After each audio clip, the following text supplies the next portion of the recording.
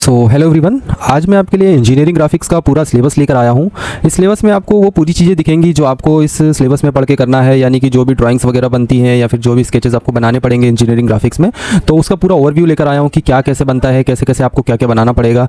तो इस वीडियो को पूरा आप देखते रहिए, आपको बहुत कुछ इसमें जानने का मिलेगा। एक हद तक आपका पूरा इंजीनियरिंग ग्राफिक्स का मतलब प्रॉब्लम बहुत सी सॉल्व हो जाएगी, तो आप इस वीडियो को पूरा देखिए। तो जो सबसे पहली यूनिट है वो है स्केल इन कर्व्स। तो इसमें आपको बेसिकली अलग अलग तरीके के स्केल बनाने पड़ेंगे। जैसे डायगोनल स्केल हो गया, आपको यहाँ पे दिख रहा होगा सबसे पहले diagram of plane scale, diagonal scale and scale of chords. तो आपको जो सबसे पहला यहाँ पे जो डायग्राम दिख रहा है वो एक प्लेन स्केल है। तो ये आपको बनाने की प्रैक्टिस करना है। ये आपको जो इन तीनों में से एक ना एक स्केल तो हर बार मतलब एग्जाम में आना ही आना है, तो आप इसको अच्छे से प्रैक्टिस कर लीजिए। और ज़्यादातर मैं कहूँगा कि डायगोनल स्केल आता है, तो डायगोनल स्केल आपको यहाँ पे दिख रहा होगा, ये डायगोनल स्केल है। तो इसमें आपको एक डायगोनल लाइन खींचनी होती है, मतलब ये डायगोनली यहाँ पे काउंट करने मतलब काउंट करके इसका 10 पार्ट्स में इसको डिवाइड किया जाता है। ये आपको यहाँ पे RF दिख रहा होगा, ये RF रिफ्रैक्टिंग फैक्टर है। तो इससे स्केल से बेसिकली होता क्या है कि हम किसी बहुत बड़ी मेजरमेंट को एक छोटे से स्केल में मतलब मेज़र कर सकते हैं।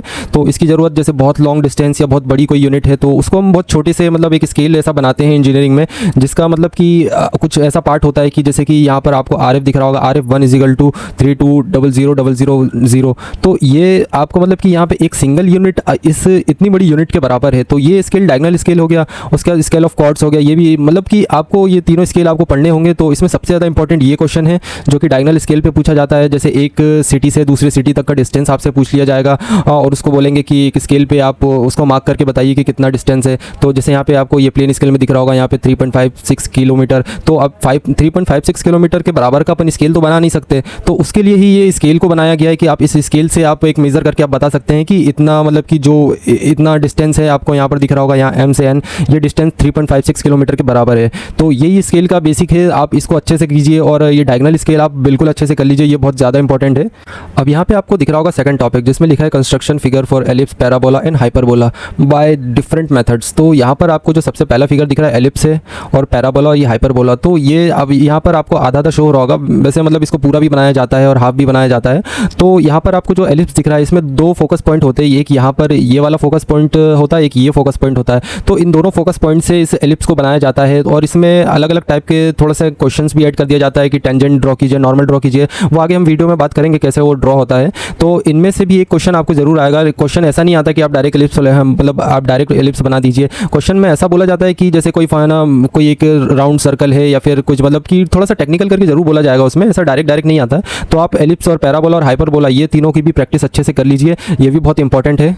उसके बाद आपको यहाँ पे दिख रहा होगा टेंजेंट एंड नॉर्मल, जो भी हमने थोड़ी देर पहले बोला था कि tangent and normal at point on conic section. तो ये जो पैराबोला और हाइपरबोला इन सब में ये sir tangent and normal draw करना पड़ता है। ये एक सीधी लाइन होती है, उसके ऊपर से ये नॉर्मल, ये जो P वाली लाइन दिख रही है रेड कलर की, तो ये आपको नॉर्मल भी ड्रॉ करना पड़ेगा। इसमें बोला जाता है ये एलिप्स और पैराबोला इन्हीं में ड्रॉ किया जाता है। यहाँ पे आपको ये कर्व दिख रहा होगा यहाँ से, तो इसके ही थ्रू यहाँ पर ना इसको ड्रॉ किया जाता है 90 डिग्री पे।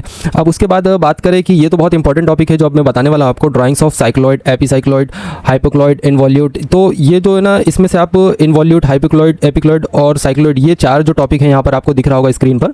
तो इन सब ये चारों बहुत इंपॉर्टेंट है। इसके आगे का अभी आप छोड़ दीजिए, कोई इतना खास इंपॉर्टेंट नहीं है, बस सिलेबस में इसलिए मैंने ऐड कर दिया इसे।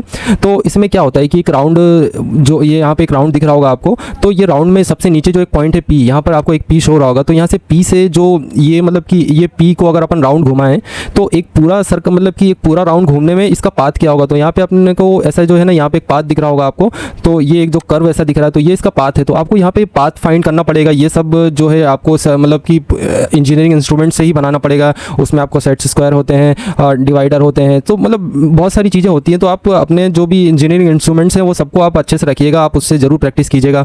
तो ये भी बहुत इंपॉर्टेंट टॉपिक है। उसके बाद अगर अपन आए हाइपोक्लॉइड, तो इसमें भी एक देखिए यहाँ पर भी एक ये रोलिंग सर्कल है, तो इसको भी आपको ऐसे ही बनाना पड़ेगा। इसमें आपको टेंजेंट नॉर्मल भी ड्रॉ करना पड़ सकता है। तो ये अलग अलग तरीके के क्वेश्चन हैं। उसके बाद आप देखेंगे तो यहाँ पर एक ये हैगा, तो इसमें ये एपिक्लॉइड है। तो ये एपिक्लॉइड में भी ऐसा ही होता है कि ये एक इसमें ऐसा क्वेश्चन दे देगा कि एक ब्रिज है जिसका आपको यहाँ पे यहाँ O से लेके यहाँ तक आपको रेडियस दिया रहेगा कि ब्रिज का रेडियस इतना है। उसके ऊपर एक पहिया घूम रहा है, तो उस पहिए को जैसे यहाँ पे पहिया दिखाया गया है, तो इस पहिए का एक पूरा सर्कल जो घूमेगा तो उसका पाथ क्या होगा। तो यहाँ पे भी आपको इसका पाथ फाइंड करना पड़ेगा। तो ये किस तरीके का क्वेश्चन होता है।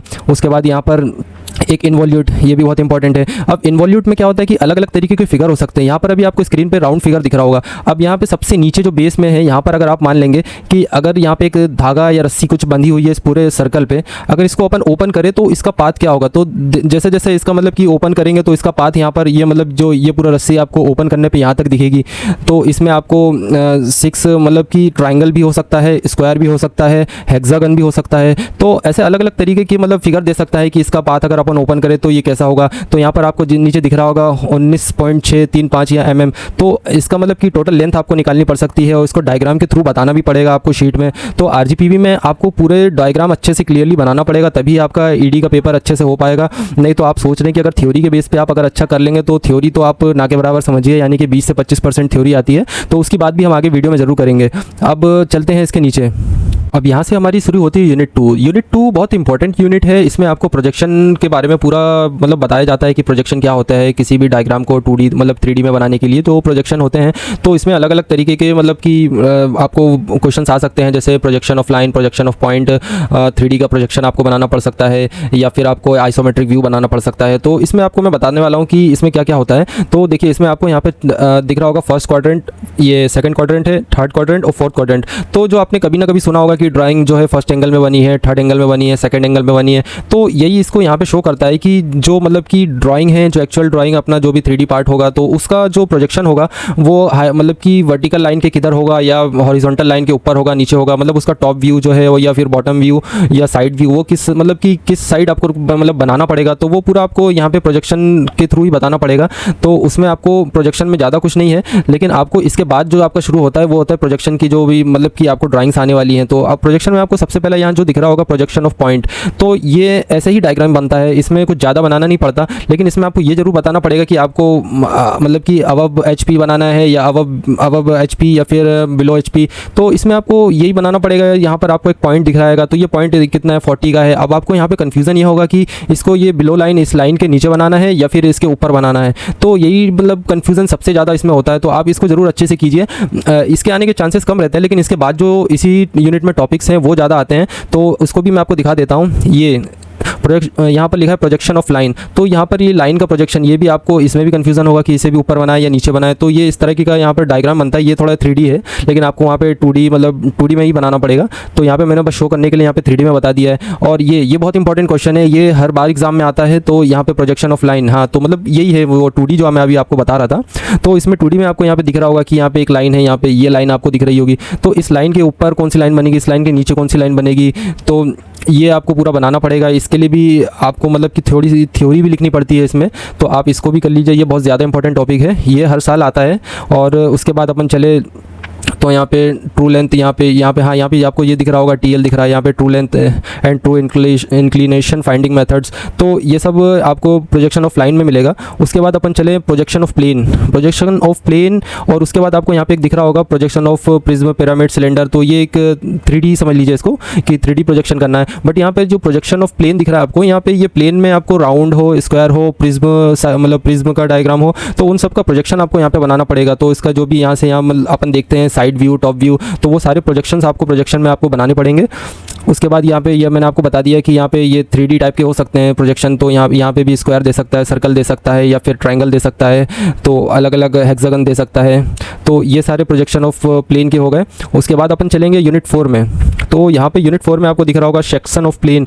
तो सेक्शन ऑफ सॉलिड बॉडी है, मतलब ये कि आपको इसका सेक्शन व्यू बनाना पड़ेगा। तो यहाँ पे जैसे आपको ये एक प्रिज्म दिख रहा होगा, तो इस प्रिज्म का जो सेक्शन यहाँ पे कटेगा, तो ये सेक्शन आपको इसमें पढ़ना पड़ेगा। थोड़ा सा हार्ड टॉपिक है, तो इसको भी आप अच्छे से प्रिपेयर कर लीजिए। तो इतने जो अभी तक मैंने बताया, अगर आप इसे अच्छे से बना लेंगे, या कम से कम आपको 5 ऐसी ड्राइंग्स तो बनानी पड़ेगी आपको आपकी शीट में, कि आरजीपीवी में आप आराम से पास हो जाएंगे। उसके बाद अगर आपको अच्छे मार्क्स चाहिए तो आपको इसको ज़रूर करना होगा। और जो भी आपके डायग्राम्स होंगे उसे नीट एंड क्लीन बनाइएगा। उसमें मतलब आपको जो भी HB, H या 2H जो भी पेंसिल्स यूज़ करना है उसको आप करेक्टली यूज़ कीजिएगा, तो आपका थोड़ा सा अच्छा होगा। कंस्ट्रक्शन लाइन को थोड़ा सा लाइट बनाइए, और मतलब उसको थोड़ा सा फेड रखेंगे तो ज़्यादा अच्छा रहेगा। आपका ड्राइंग साफ सुथरा दिखेगा, कॉपी मतलब जो एग्जामिनर होगा तो ही चेक करेगा, क्योंकि जो आपकी ड्राइंग शीट होती है वो पहले चेक होती है, उसके बाद आपकी थ्योरी कॉपी चेक होती है। अगर आपने आपकी ड्राइंग शीट को खाली छोड़ दिया और आपने सोचा कि मैं बस थ्योरी ऑटोकैड लिख लिख के आ जाऊँगा, तो आपका मतलब वहाँ पे कॉपी चेक ही नहीं करेंगे, वो आपको फेल ही कर देंगे। तो आप इसको भी अच्छे से कर लीजिए। उसके बाद इंटरसेक्शन ऑफ 2 सिलेंडर्स, ये भी एक इंपॉर्टेंट टॉपिक है, बट इसको ज़्यादा इंपॉर्टेंट बोले कि नहीं बोले कि ये कभी आता भी है कभी नहीं भी आता है, बट ये भी बहुत इंपॉर्टेंट टॉपिक में आता है। उसके बाद यहाँ पे आपको एक दिख रहा होगा, एक जैसे एक सिलेंडर है, तो अब ये सिलेंडर है, ये आपको राउंड दिख रहा होगा, यहाँ पे इसकी ये हिडन लाइन टाइप की दिख रही होगी। तो अगर इसका अपन यहाँ पे एक सेक्शन व्यू काटें और उसको अगर अपन यहाँ पे ओपन करें तो वो कैसा उसका व्यू आएगा। तो अगर ये अपन यहाँ पर इसका सेक्शन ऐसे यहाँ क्रॉस में काट दें, तो अगर इसको अपन ओपन करते हैं तो ये ऐसा कर्व बन के आता है। तो बस यहाँ पे यही शो करना, इसमें अलग अलग चीज़ हो सकती है, चाहे वो ट्रायंगल हो सकता है, इसमें भी अलग अलग फिगर्स हो सकते हैं। तो ये कोई ज़रूरी नहीं कि बस आपको सिलेंडर दे देगा, तो इसमें अलग अलग यहाँ पे प्रिज्म, सिलेंडर, कोन्स, ये सारे यहाँ पे दिख रहा है। ये भी बहुत इंपॉर्टेंट टॉपिक है, आप इसको भी अच्छे से प्रिपेयर कर लीजिए। उसके बाद अब आपके यहाँ पे यूनिट 5 आता है। यूनिट 5 बेसिकली थ्योरी है, लेकिन इसमें एक इंपॉर्टेंट टॉपिक भी बहुत है, ये आइसोमेट्रिक। तो आइसोमेट्रिक में आपको या फिर ऐसा आइसोमेट्रिक व्यू दे देगा, उसके बाद आपको टॉप व्यू, फ्रंट व्यू पूछेगा कि आप टॉप व्यू बनाइए और फ्रंट व्यू, उसका जो भी व्यू बनेगा वो बनाइए। फर्स्ट एंगल में बोलेगा या थर्ड एंगल में बोलेगा, मोस्टली फर्स्ट और थर्ड ही बनता है। और ऐसा भी हो सकता है कि आपको ये व्यू दे दे और आपको बोले आइसोमेट्रिक बनाइए, तो यहाँ पे ये 30 डिग्री पे ये बनता है। तो इसकी प्रैक्टिस कर लीजिए, ये क्वेश्चन तो आएगा ही। अब इन दोनों में चेंजेस कर सकता है, चाहे वो आइसोमेट्रिक दे दे, चाहे वो टॉप व्यू फ्रंट व्यू दे दे, लेकिन दोनों में से कुछ ना कुछ आपको एक बनाना ही पड़ेगा। और उसके बाद अब अपन चलते हैं ऑटोकैड। ऑटोकैड मैंने इसलिए आपको यहाँ पर डाला है, ऑटोकैड बहुत थ्योरी है इसमें, आप इसको पढ़ के एक पासिंग तक पहुँच सकते हैं, बट पास होने की इससे कोई गारंटी नहीं होती। बट फिर भी मैंने यहाँ पर इसलिए ये स्क्रीनशॉट मैंने आपको अपने सिस्टम का लिया है। अगर आप इसमें कोई टूल वगैरह सीखना चाहते हैं या फिर आप कुछ भी ऐसा सीखना चाहते हैं जो मतलब कि आपको RGB के सिलेबस के अकॉर्डिंग होगा, तो वो मैं आपको ज़रूर बताऊंगा, आप मुझे कमेंट करके बता सकते हैं। तो चलिए अब इस वीडियो को यहीं ख़त्म करते हैं, वीडियो काफ़ी लंबा हो गया है। अगर आपको ये जानकारी अच्छी लगी हो तो आप हमारे चैनल को सब्सक्राइब कर सकते हैं और इस वीडियो को लाइक ज़रूर कीजिए और अपने फ्रेंड्स के साथ ज़रूर शेयर कीजिएगा। ये बहुत मेहनत करके मैंने PDF बनाया है बस आपकी हेल्प करने के लिए। तो चलिए मिलते हैं अब नेक्स्ट वीडियो में।